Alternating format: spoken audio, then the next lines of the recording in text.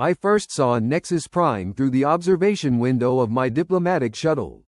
The station hung at the intersection of 12 major hyperlanes, a colossal structure surrounded by thousands of vessels from every corner of the galaxy. It was more than a station, it was the political heart of known space. As we docked, I immediately sensed the tension. Delegates filled the corridors, speaking in hushed voices. Security patrols were everywhere. Rumors moved faster than official reports. The reason was simple. The Aurelium Dominion was in trouble. For 4,000 years, the Dominion had been one of the galaxy's greatest powers. Yet reports of political unrest, unexplained fleet movements, and growing military influence were spreading across the stars. When I entered the Grand Council chamber and took humanity's seat among the younger civilizations, I realized the rumors were true. Something dangerous was happening inside the Dominion, and the entire galaxy was about to be drawn into it. The Grand Council chamber fell silent when the doors behind the central platform opened. A figure in silver military uniform stepped forward and approached the speaker's podium. I recognized him immediately. Admiral Saren Vallis, the Aurelium Dominion's Director of Strategic Intelligence. If a man like Vallis appeared before the Council personally, the situation was far worse than anyone had imagined. He did not waste time on formal greetings. "The Dominion requests immediate attention," he said. "What I am about to reveal is classified under the highest level of security." The crystal dome above us dimmed as a holographic projection appeared in the center of the chamber. Entire star systems lit up in blue. Military deployments flashed across the map.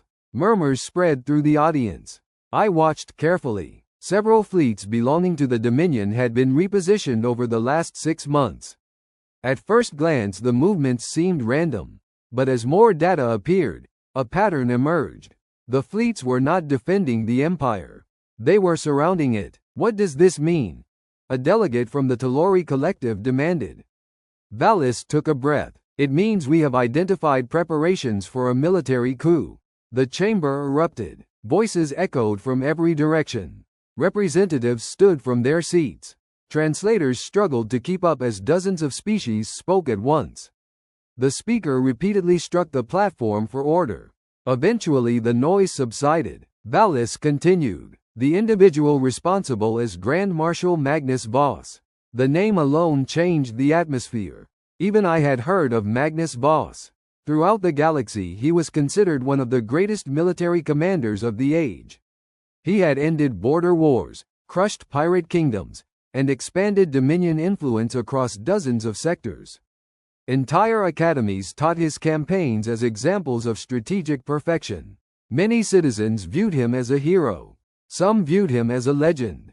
Now the council was being told he intended to overthrow the throne. "Are you certain?" someone asked.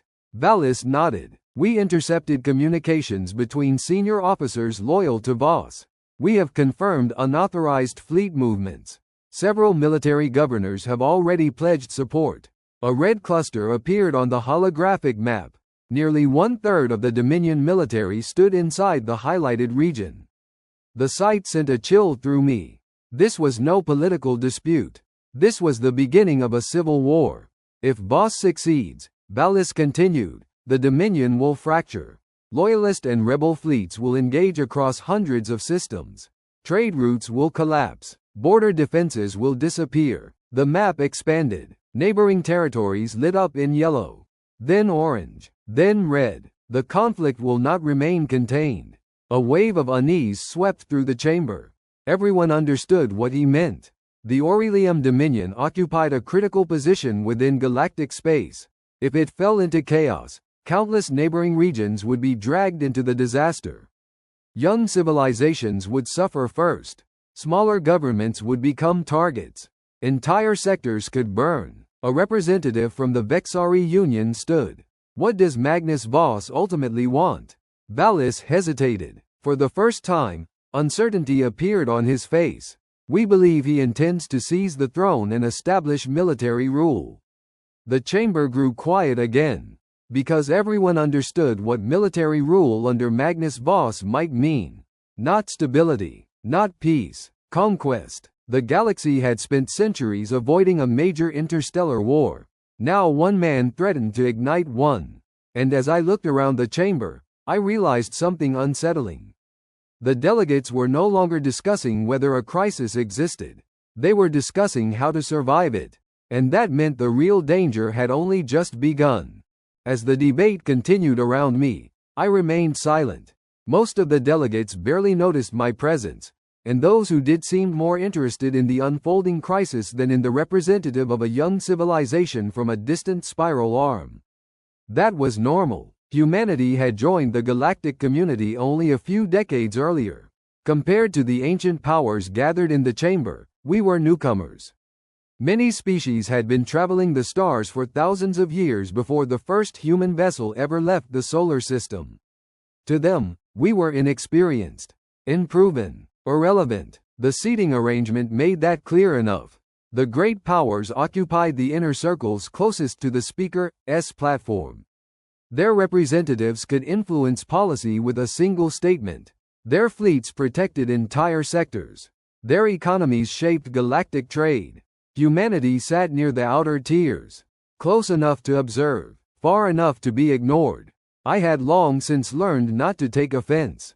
From the perspective of the older civilizations, their judgment was reasonable. The Aurelium Dominion alone possessed more worlds than humanity had colonies. Some species present had governments older than recorded human history. Their archives contained events that had occurred before our ancestors had built their first cities. Compared to them, Earth seemed young, perhaps even naive. The Telori representative leaned toward his neighboring delegate. His translator was not intended to broadcast publicly, but the chamber's acoustics carried his voice. The humans looked concerned. A low chuckle followed. They should be. If the Dominion falls, their border sectors will be among the first consumed.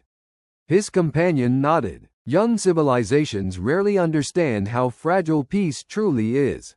Neither of them bothered lowering their voices. Why would they? To them, I was little more than a junior observer attending a meeting beyond his experience. Elsewhere, similar conversations continued. The humans still think diplomacy can solve everything. They have never experienced a true galactic war. Their species is optimistic. It is a symptom of youth. I listened without reacting. There was no anger in their words. No hostility. Only dismissal. In truth, I could understand their reasoning. Humanity's record on the galactic stage was brief. We had built trade agreements, scientific partnerships, and exploration programs. We had not commanded vast empires or fought sector-wide conflicts. Compared to powers like the Dominion, humanity appeared insignificant. The speaker eventually restored order. Representatives resumed discussing military projections and economic consequences. Every scenario seemed bleak. If Magnus Voss launched his coup, billions could suffer. Entire trade networks might collapse. Several smaller civilizations could disappear altogether. As the discussion continued, I studied the faces around the chamber. Some displayed fear. Others displayed frustration. Most displayed uncertainty. Yet one thing united them all. They were searching for solutions among fleets, treaties, and military alliances. No one spoke of individuals. No one spoke of ordinary people. No one imagined that history could be altered by a single act of compassion. The galaxy's greatest leaders were looking at maps, armies, and statistics. They were thinking like governments, like empires, like strategists. And perhaps they were right to do so.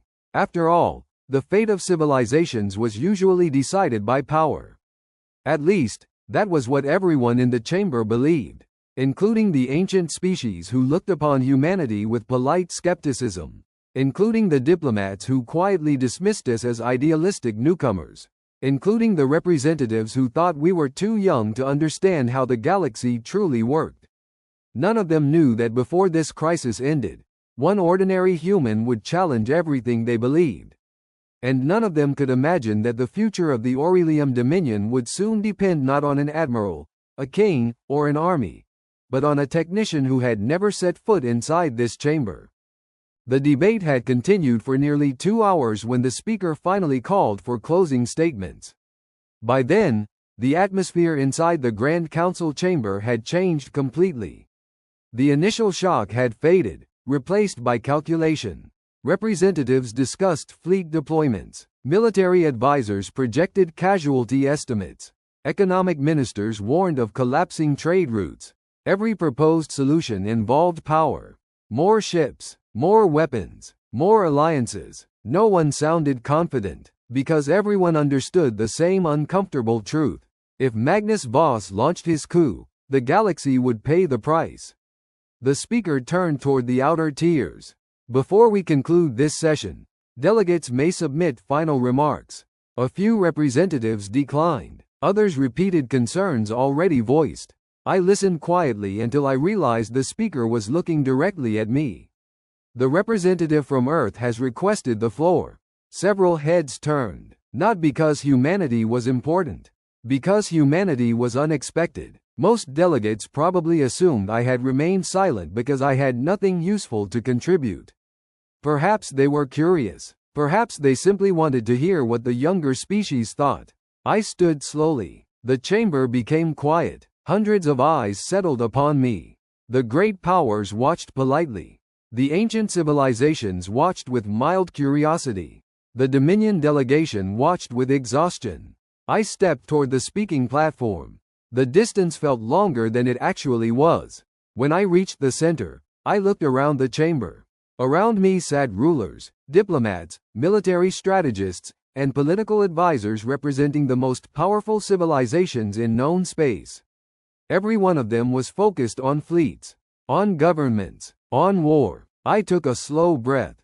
Then I spoke. Sometimes the fate of a galaxy is not changed by fleets or empires. The words echoed beneath the crystal dome. Several delegates exchanged puzzled looks. I continued. Sometimes it is changed by one person who chooses to help another. Silence followed. Not thoughtful silence. Confused silence. The reaction was immediate. The Talori representative frowned. A Virexian diplomat tilted her head in disbelief. Several military advisors openly looked at one another. I could almost hear what they were thinking. What does that have to do with anything? The speaker remained neutral. Would the representative care to elaborate? I shook my head. No. That answer only increased the confusion. A ripple of whispers spread through the chamber. I returned to my seat. For several seconds, nobody spoke. Then the discussions resumed, but now they carried a different tone. A representative from the Car Dominion leaned toward his colleague. What was that supposed to mean? His colleague made a dismissive gesture. It means the humans are young. A nearby delegate laughed softly. They think history is driven by idealism. Another joined in. History is driven by power. Exactly. The comments spread. Not malicious, not hostile, simply dismissive. To civilizations that measured time in millennia, my statement sounded naive. Childlike, even. One elderly diplomat finally summarized what many appeared to be thinking. Wars are not won through kindness. Several delegates nodded. Another added, humans are too young to understand real galactic politics. More agreement followed. The discussion quickly returned to military matters. Fleet numbers, strategic positions, political consequences. My words were forgotten almost immediately, at least by most of the chamber. Yet as I sat quietly in humanity's section, I couldn't shake a strange feeling. Somewhere beyond the borders of the Dominion, beyond the Council, beyond the reach of every government represented in this room, events were already moving, not because of admirals, not because of emperors, not because of politicians, but because, at that very moment, an ordinary human named Ethan Brooks was preparing for what he believed would be another completely normal day. And neither he nor anyone in this chamber had the slightest idea that the future of the Aurelium Dominion was already moving toward him. 3 days after the emergency session on Nexus Prime, I was standing on top of an energy relay tower on VEYRA 7, trying to convince a damaged transmitter to cooperate. It was losing the argument. A cold wind swept through the crystal canyons stretching across the horizon. Thousands of translucent formations rose from the desert floor like frozen waves, reflecting the light of the system, twin suns. From a distance, the landscape looked beautiful. Up close, it was mostly dust, machinery, and maintenance reports. My name is Ethan Brooks. At the time, I knew absolutely nothing about galactic politics. I could not have named half the species represented on the Council of Civilizations. I had never visited Nexus Prime. I had never met an emperor, a senator, or a military commander. And I certainly had never heard of Magnus Voss. My concerns were much simpler. The transmitter was malfunctioning. The Eastern Relay Network needed repairs. And my supervisor kept sending increasingly creative messages asking why everything was behind schedule. Normal problems. Comfortably ordinary problems. Exactly the kind of problems I preferred. I climbed down the tower and wiped dust from my gloves. The nearby maintenance outpost consisted of 6 prefabricated structures connected by elevated walkways. It sat alone among hundreds of kilometers of crystal formations. Most people considered VEYRA-7 isolated. I considered it peaceful. No traffic, no crowds, no politics, just work. The station door opened as I approached. Inside, the familiar hum of life support systems greeted me. A few technicians worked at diagnostic terminals. Others prepared equipment for the next week's inspections. Nobody seemed particularly excited about anything, which was exactly how we liked it. Any luck? My coworker Lena asked. I dropped a toolkit onto a nearby table. The transmitter has developed a personal grudge against me. Can you fix it? Probably. Good. That was the entire conversation. Maintenance crews rarely wasted words. I grabbed a bottle of water and sat beside the observation window. Outside, sunlight danced across distant crystal formations. The view never got old. A notification appeared on one of the station displays. Routine shipping schedules, supply manifests, weather forecasts. Nothing unusual, nothing alarming. Certainly nothing suggesting that one of the most powerful empires in the galaxy was approaching the edge of civil war. That reality existed far beyond my world, far beyond my concerns. At that exact moment, military fleets were quietly changing position inside the Aurelium Dominion. Political factions were choosing sides. Magnus Voss was moving closer to launching his coup. Entire governments were preparing for the consequences. And I was wondering whether the station cafeteria still had any coffee left. The contrast would have been amusing if anyone had noticed it. Of course, nobody did. History rarely announces itself. The moments that change everything usually arrive disguised as ordinary days. That evening, after finishing repairs, I returned to my quarters. The room was small but comfortable. A bed, a desk, a storage locker, everything I needed. I spent the next hour reviewing maintenance schedules for the following morning. Another relay inspection. Another survey route through the crystal canyons. Another routine expedition. Nothing unusual. Nothing dangerous. Before going to sleep, I checked the weather forecast. Heavy electrical storms were expected across the northern sector. Not ideal, but manageable. I set my alarm and turned off the lights. Outside, distant lightning flickered beyond the crystal horizon. I watched it for a few moments before closing my eyes. At the time, I believed the next day would be completely ordinary. I had no way of knowing that somewhere above VEYRA-7, a damaged shuttle was already falling through the atmosphere. Or that the woman inside it carried the future of an empire. Or that before the week ended, the entire course of galactic history would collide with my life. The next morning began exactly the way I expected. At 0600, my alarm dragged me out of bed. At 0615, I was standing in the station cafeteria holding a cup of coffee that tasted vaguely like industrial lubricant. At 0630, I was reviewing maintenance assignments while trying to convince myself that the coffee was improving. It wasn't tea. Outside, the first signs of the approaching storm were already visible. Dark clouds stretched across the northern horizon.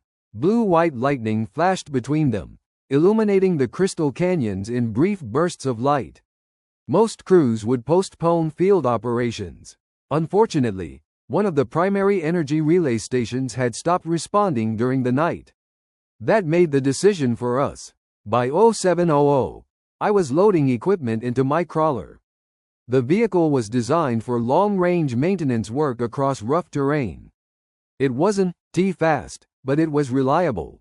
Reliability mattered more. I checked the power cells, communication systems, emergency supplies, environmental seals. Everything looked good. Storm S moving faster than expected, Lena said from the operations console.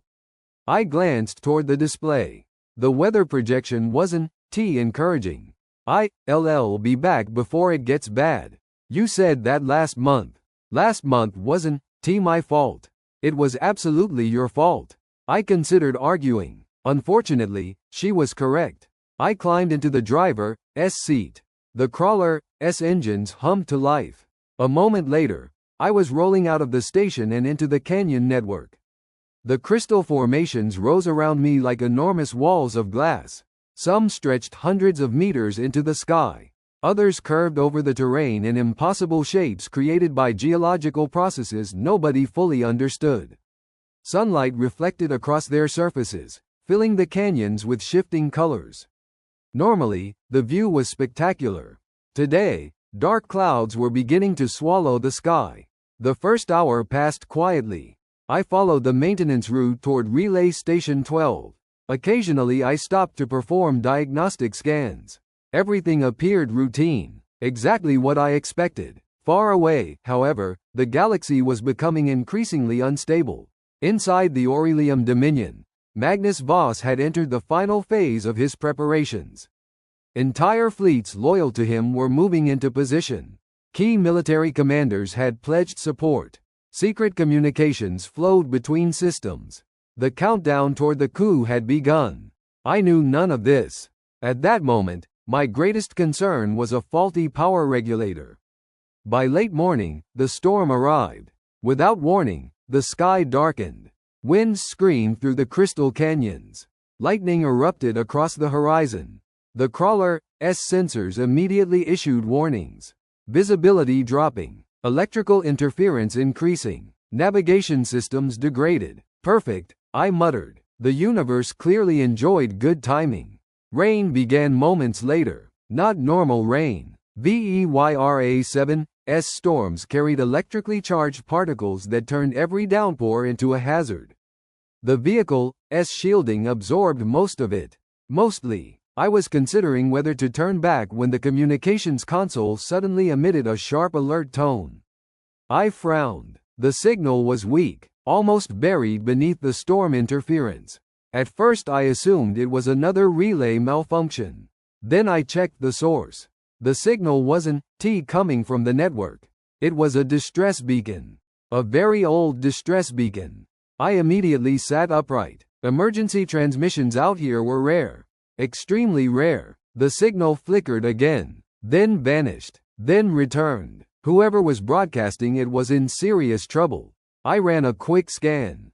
The source appeared approximately 40 kilometers north of my position, deep inside a region of the canyon network that contained no settlements, no research stations, no mining facilities, nothing, which made absolutely no sense.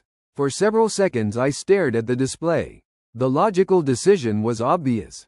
Report the signal. Return to base. Let emergency services investigate. That would have been the sensible choice.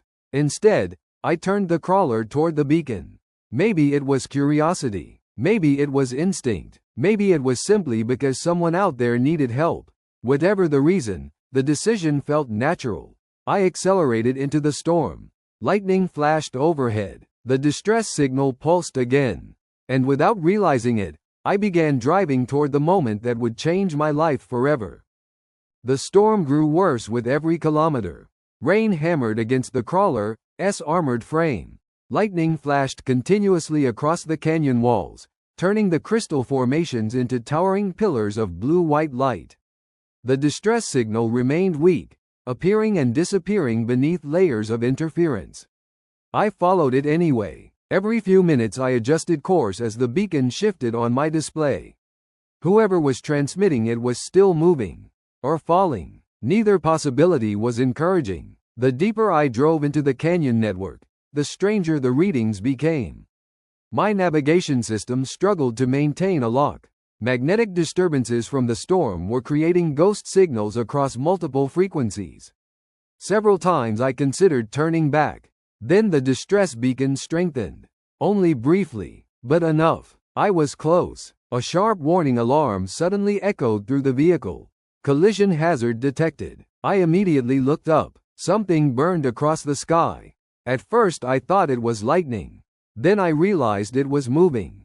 Fast. Far too fast. A streak of fire tore through the storm clouds overhead. The object crossed the canyon in seconds before disappearing beyond a distant ridge. A moment later the ground shook. The impact reached me even from several kilometers away. My eyes widened. That wasn't a meteor. That was a spacecraft. Without thinking, I pushed the crawler harder. The vehicle bounced across uneven terrain as I raced toward the impact site. Another few minutes passed. Then I saw the smoke. A massive black column rose beyond the crystal formations ahead. The distress beacon suddenly became crystal clear. I had found it. I guided the crawler around a final bend and stopped. The crash site stretched across nearly half a kilometer. Metal debris littered the canyon floor. Fragments of scorched hull plating were embedded in crystal walls. Several sections of the vessel were still burning despite the rain. The ship itself had been nearly torn apart. Whatever happened during its descent had left little intact. I stared through the windshield. This was no civilian transport. The design was unfamiliar, sleek and advanced. The hull carried markings I didn't recognize. Even damaged, the vessel looked expensive. Very expensive. I grabbed my emergency kit and climbed out into the storm. The wind nearly knocked me sideways. Lightning illuminated the wreckage. The distress beacon was coming from somewhere near the main hull section. I moved carefully through scattered debris. Twisted metal groaned around me. Several compartments had already collapsed. Others looked ready to follow. The beacon guided me forward. Closer, closer. Then I heard something. A sound. Movement. Someone was alive. I followed the noise around a shattered section of hull. And froze. An alien woman lay against a broken support beam. Her clothing was torn. Blood stained her side. One arm hung at an unnatural angle. She was clearly injured. Badly injured. Yet what struck me most was not her condition. It was her appearance. Even through the rain and darkness, she looked unlike any species I had ever seen.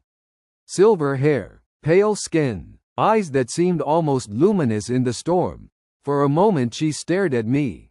Confused, disoriented. Then her expression changed. Fear. Not fear of the crash. Fear of something else. She tried to speak. The universal translator built into my suit struggled to process the signal. Static crackled. Then a single sentence emerged. "You need to leave." I blinked. What? Her eyes shifted toward the canyon behind me. The fear on her face intensified. "Leave now." A distant engine echoed through the storm. Then another. And another. The sound wasn't coming from the wreckage. It was coming toward us.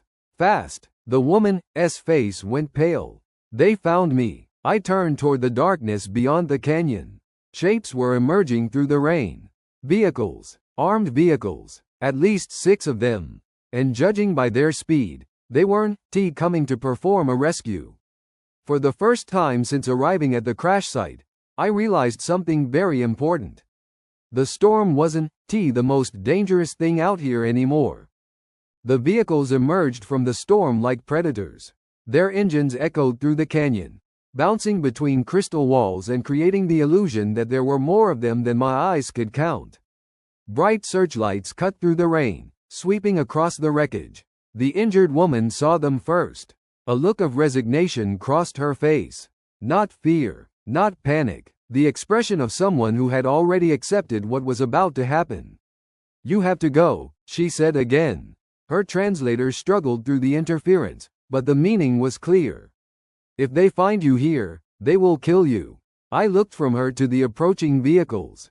The sensible part of my brain was screaming at me. Get back in the crawler. Call for help. Leave. This wasn't my problem. I was a maintenance technician, not a soldier. I repaired energy relays and communications equipment. I wasn't equipped to deal with armed strangers chasing crashed aliens through electrical storms. The lead vehicle accelerated. Its headlights illuminated the wreckage. Whoever was inside clearly knew exactly where they were going.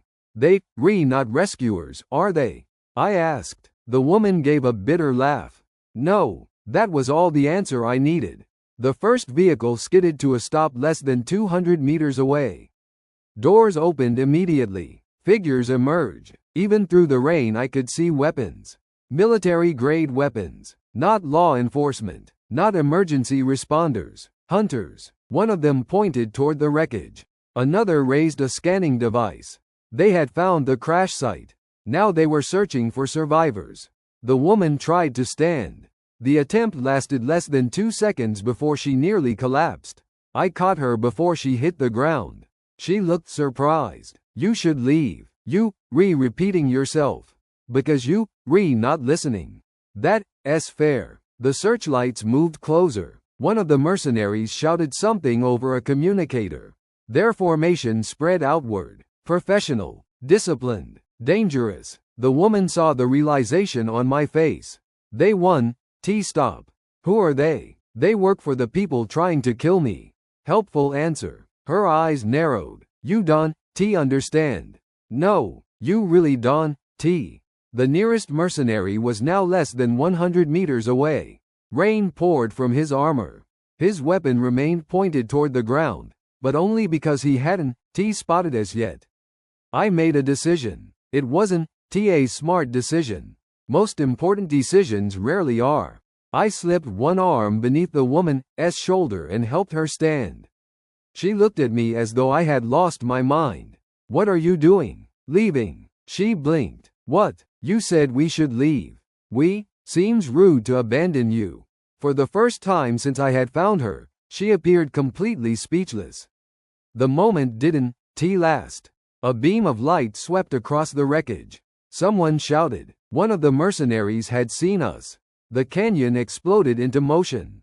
Target located. The words echoed through the storm. Weapons came up immediately. The woman cursed in a language my translator refused to process. I didn't need a translation. The meaning was obvious. Run. We stumbled toward the crawler as the first shots tore through the rain behind us. Energy bolts slammed into nearby crystal formations. Shards exploded into the air. One blast struck the wreckage, sending burning debris across the canyon floor. The hunters weren't trying to capture her anymore. They were trying to eliminate her. I reached the crawler. The side door opened. I practically shoved the woman inside. Another energy blast struck the ground only meters away. The vehicle rocked violently. Drive, she shouted. I didn't argue. The engines roared to life. The crawler surged forward just as another volley of fire erupted behind us.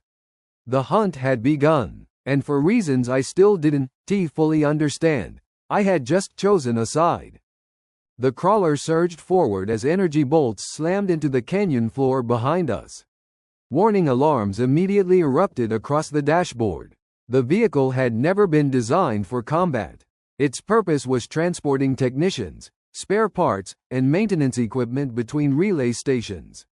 Not escaping armed mercenaries during a planetary storm. Unfortunately, nobody had informed the mercenaries of that fact. I gripped the controls and pushed the engines harder. The canyon walls flashed past on both sides. Rain hammered the windshield. Lightning illuminated the crystal formations in brief bursts of blue-white light. Behind us, the hunters were gaining. They faster than we are, the woman said. I didn't need her to tell me. The tactical display confirmed it. 6 pursuit vehicles, all military grade, all considerably faster than my crawler. Any helpful suggestions? Several. Good. Most of them involve surrender. Those aren't helpful. A faint smile appeared on her face despite the circumstances. It vanished when another energy blast struck the canyon wall beside us. Crystal exploded across the roadway. The crawler bounced violently. For a moment I thought we were going to roll. The suspension somehow survived. The vehicle remained upright. Barely. One of the pursuing vehicles accelerated. Its engines screamed through the storm. The mercenaries clearly intended to end the chase quickly. Unfortunately for them, I knew these canyons. Every maintenance crew on VEYRA-7 knew them. I checked the navigation display. A narrow route appeared ahead. Most vehicles avoided it because the passage was too tight for comfortable travel. Comfort was no longer a priority. I turned sharply. The crawler shot into the side canyon.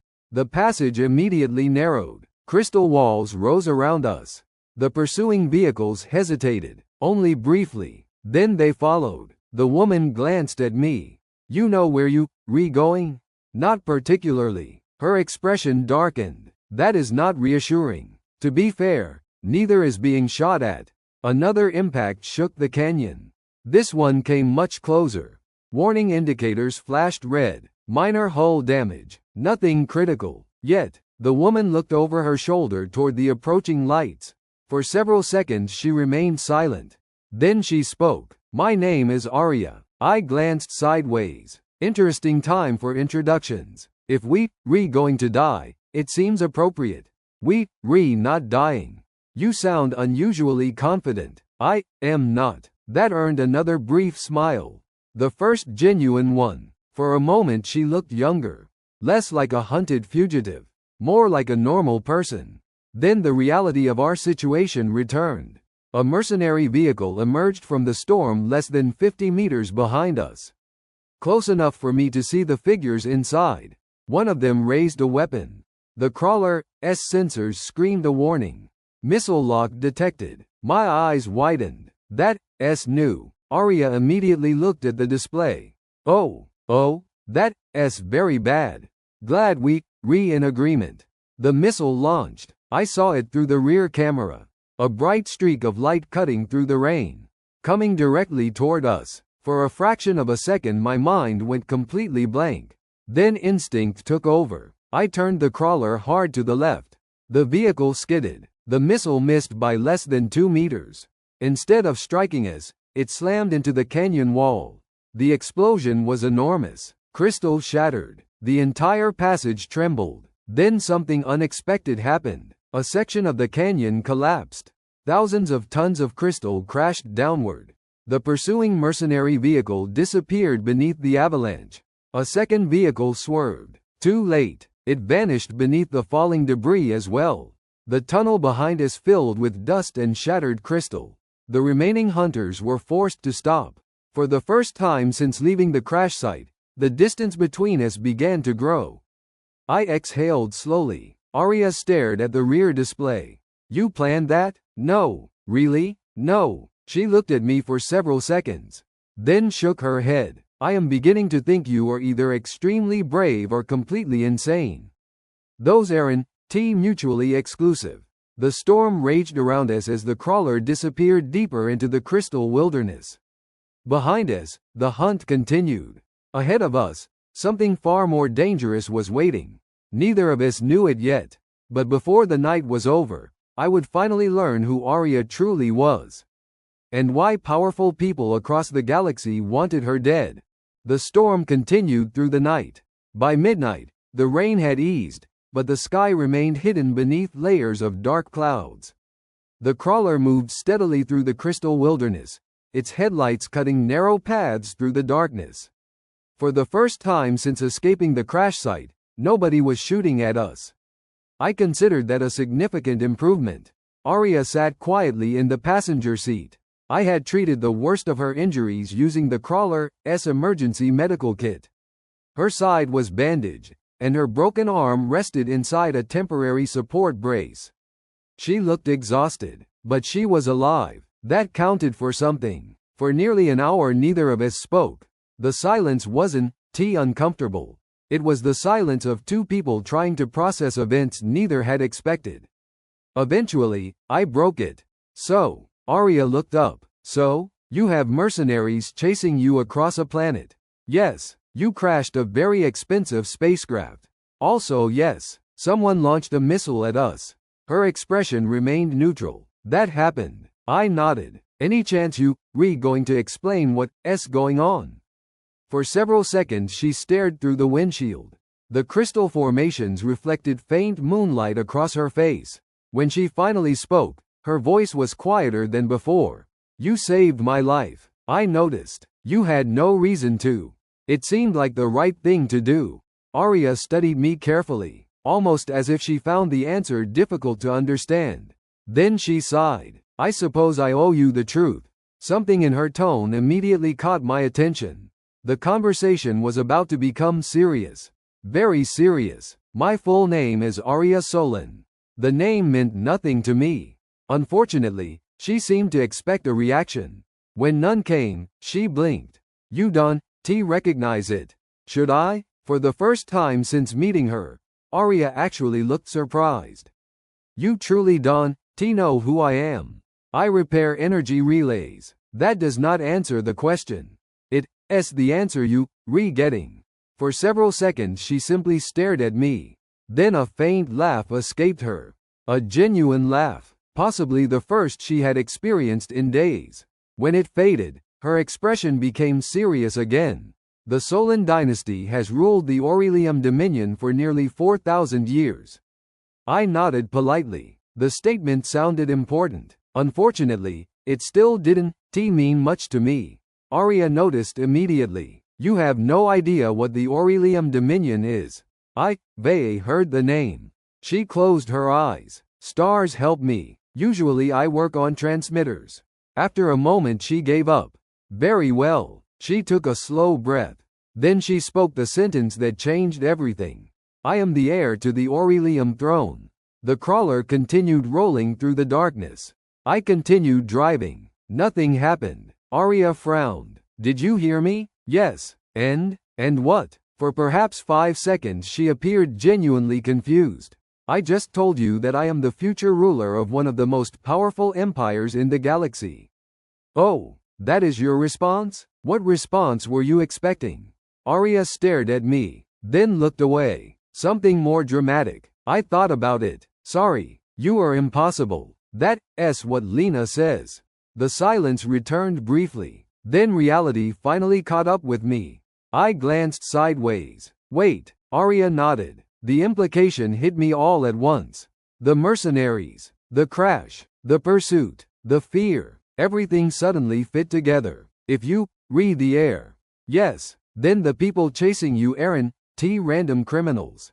No, I felt my stomach tighten. Someone wants the throne. Arya's expression darkened. Someone intends to seize the entire dominion. Lightning flashed beyond the distant crystal horizon. For a moment the crawler's interior was illuminated in pale blue light. Then darkness returned. Arya looked out toward the wilderness. When she spoke again, her voice carried a weight I had not heard before. The man responsible is Magnus Voss. I had never heard the name, but something told me I was about to. And before this journey ended, that name would nearly get both of us killed. The crawler rolled through the darkness while I tried to process what Arya had just told me. Future ruler of the Aurelium Dominion. Heir to an empire. Target of an assassination attempt. None of those things belonged anywhere near my life. I was a maintenance technician. The most dangerous part of my job was usually faulty wiring. Yet somehow I was now transporting a royal heir across a storm-ravaged wilderness while armed mercenaries hunted us. I rubbed my forehead. This Magnus Voss. Arya looked toward me. What about him? You said he's trying to take the throne. He is. Who exactly is he? For several moments she remained silent. When she finally answered, her voice carried equal parts anger and disappointment. Magnus Voss is the Grand Marshal of the Dominion military. That sounded important. Very important. Arya continued. For nearly 20 years he was considered one of the greatest military leaders in our history. The crystal canyons rushed past outside. The storm was finally beginning to weaken. Inside the crawler, however, the atmosphere had become considerably heavier. He won wars that should have been impossible to win, Arya said. He ended border conflicts. He defended entire sectors from invasion. He became a hero. I glanced sideways. And now? Arya's expression hardened. Now he wants absolute power. The answer sounded simple. Too simple. People rarely risked everything for simple reasons. What happened? For a long time she didn't answer. Then she looked out the window. I don't know. The honesty surprised me. I thought you would. So did I. Moonlight reflected from distant crystal formations. The canyons seemed almost peaceful now. A strange contrast to the conversation unfolding inside the vehicle. When I was younger, Arya continued, I admired him. That statement carried obvious pain. He protected the Dominion. My father trusted him completely. And now? Now my father is dead. The words landed heavily. I immediately looked toward her. Arya's gaze remained fixed on the darkness outside. He died 6 months ago. I am sorry. She nodded slightly. Officially it was a medical failure. I felt my stomach tighten. Unofficially? Her silence answered before her words did. Unofficially, many people believe he was murdered. The realization settled between us. Not proven, not confirmed, but present. A possibility neither of us could ignore. You think Boss was involved? I don't know. The answer came immediately. Too immediately. She knew exactly what she believed. She simply lacked proof. The investigation disappeared. The witnesses disappeared. The evidence disappeared. A bitter smile appeared. Strange how often that happens when powerful people become involved. I couldn't argue. Human history had plenty of examples. Arya shifted carefully in her seat. The movement clearly caused pain. Yet she continued speaking. 3 weeks ago I discovered communications between senior officers. My attention sharpened immediately. What kind of communications? Preparations. The single word carried enormous weight. Fleet deployments. Command transfers. Loyalty pledges. I already knew where the story was going. The problem was that she did too. Boss was preparing something. A coup. Arya nodded. A coup. The crawler's engine hummed quietly beneath us. Outside, dawn was beginning to appear along the horizon. Neither of us noticed. We were too focused on the past. When he realized I knew the truth, everything changed. Her voice became quieter. The attack on my transport. The mercenaries. The pursuit. It was all arranged. I stared ahead at the winding canyon path. Because you, next in line. Yes, the simplicity of the answer made it worse. No politics. No complicated strategy. Just murder. Remove the heir. Remove the obstacle. Take the throne. The oldest story in history. Human or alien. The details change. The pattern never did. For several minutes neither of us spoke. Then a thought occurred to me. One that had been bothering me since the crash site. If Boss controls so much of the military. Arya looked over. Yes? Who can stop him? For the first time since the conversation began, uncertainty appeared in her eyes. Not fear. Something worse. Doubt. I don't know. And hearing those words from the rightful heir to one of the galaxy's greatest empires made me realize exactly how dangerous Magnus Boss had become. We drove through the remainder of the night and well into the following morning. The storm finally died behind us. For the first time since leaving the crash site, the sky above VEYRA-7 was clear. Sunlight reflected from the crystal canyons, scattering thousands of colors across the desert landscape. Under normal circumstances, I would have appreciated the view. Instead, I was trying to figure out how a maintenance technician was supposed to protect the heir to a galactic empire. The answer, unfortunately, was that he wasn't. Arya sat quietly beside me. The exhaustion on her face had become impossible to hide. Her injuries were serious. The emergency treatment I had provided was enough to keep her alive, but not enough to ensure she stayed that way. She needed proper medical care. The problem was finding a place where she could receive it safely. If we return to the station, they'll find you. Arya nodded. They're probably already searching every registered settlement on the planet. Comforting. They are professionals. Less comforting. A faint smile appeared. At least her sense of humor was recovering. Mine was struggling. I checked the navigation display. A thought had been bothering me for nearly an hour. There was one place nearby. One place almost nobody visited. An abandoned research facility located deep inside the northern desert. Officially it had been shut down years earlier. Unofficially it still appeared on maintenance records because nobody had bothered removing it from the system. Most people forgot it existed, which made it useful. How long can you keep going? I asked. Arya looked out the window. A few hours. The answer worried me. A few hours wasn't much.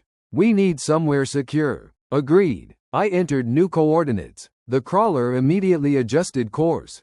Arya noticed. Where are we going? Old research facility. She frowned. Will it be safe? No. The honesty seemed to surprise her. Then why go there? Because everywhere else is worse. For several moments she considered that. Then she nodded. Reasonable enough. The desert gradually replaced the crystal canyons.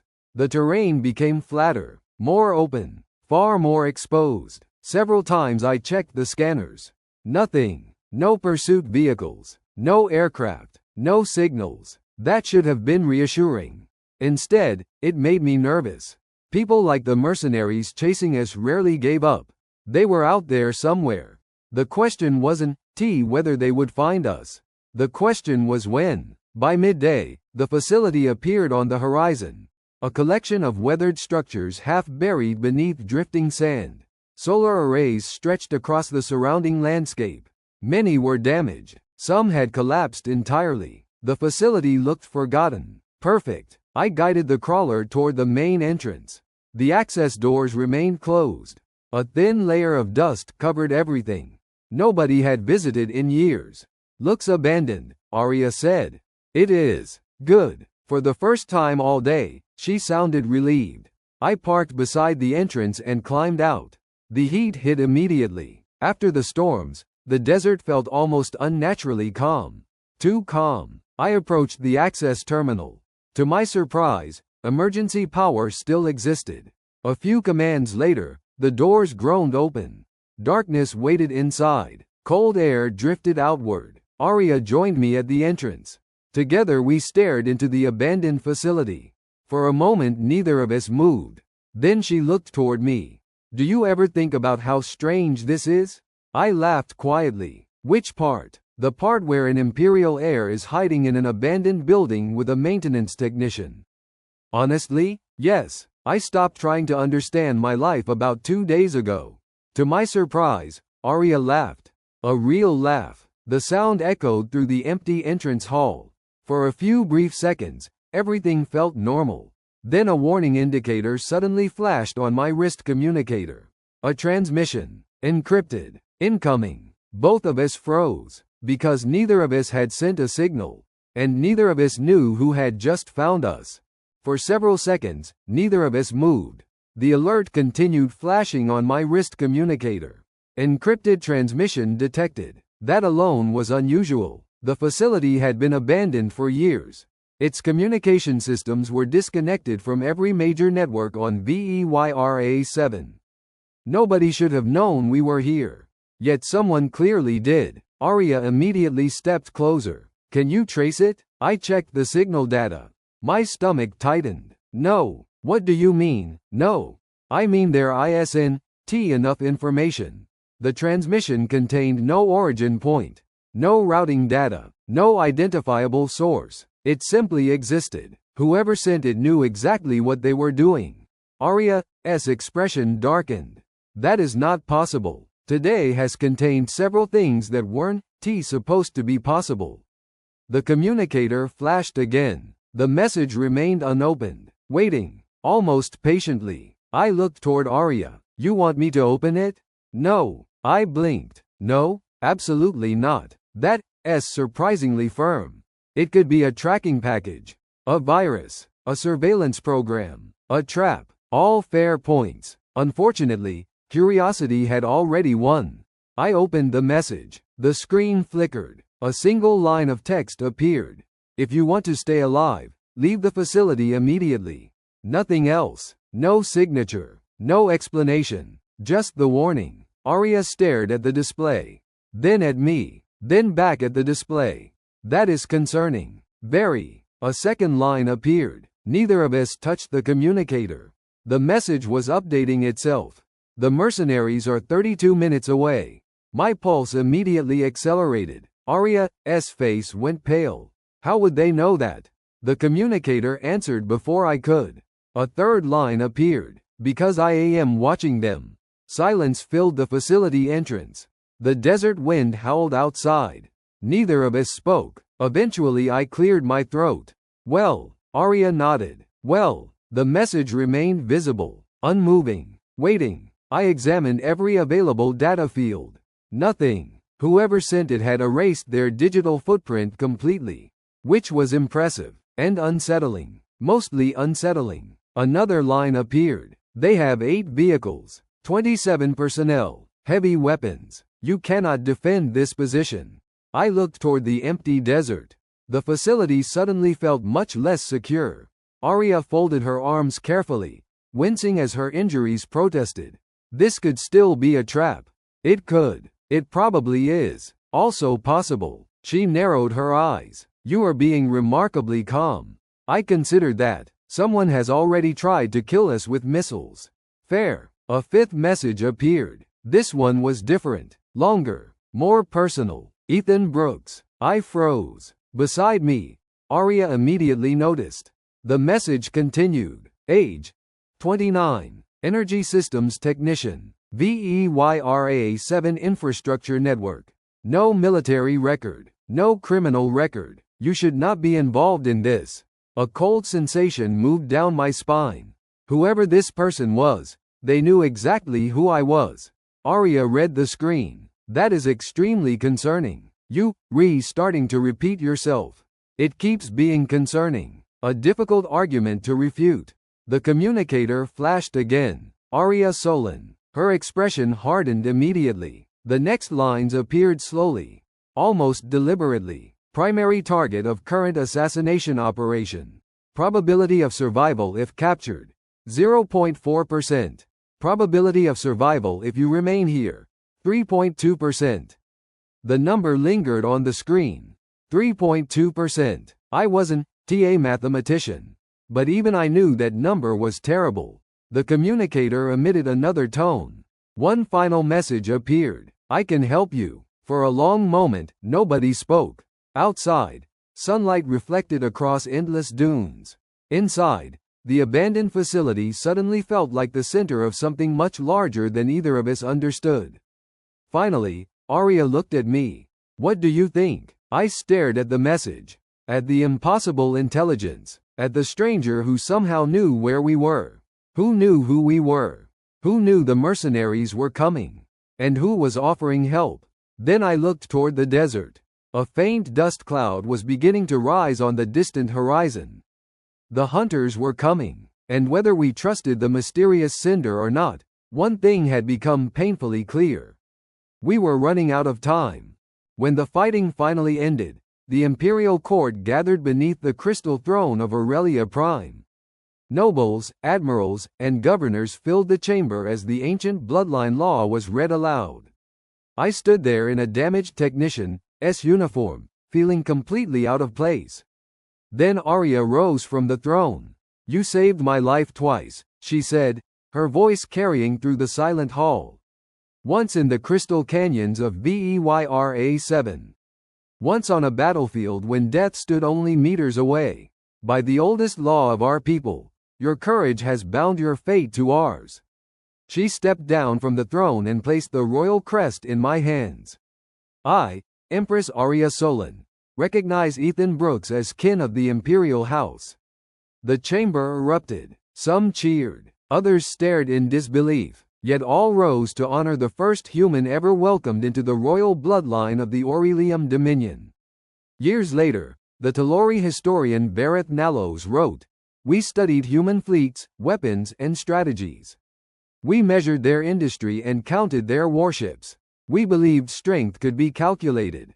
We were wrong. Humanity's greatest power is neither military nor technological. It is the willingness of ordinary people to act when others hesitate." A simple technician crossed the path of a hunted stranger and chose compassion over safety. That decision saved an empire, prevented a galactic war, and forged an alliance that endures to this day. The galaxy was not changed by an emperor, a fleet, or a conquest. It was changed by one human who stopped, reached out a hand, and helped someone in need.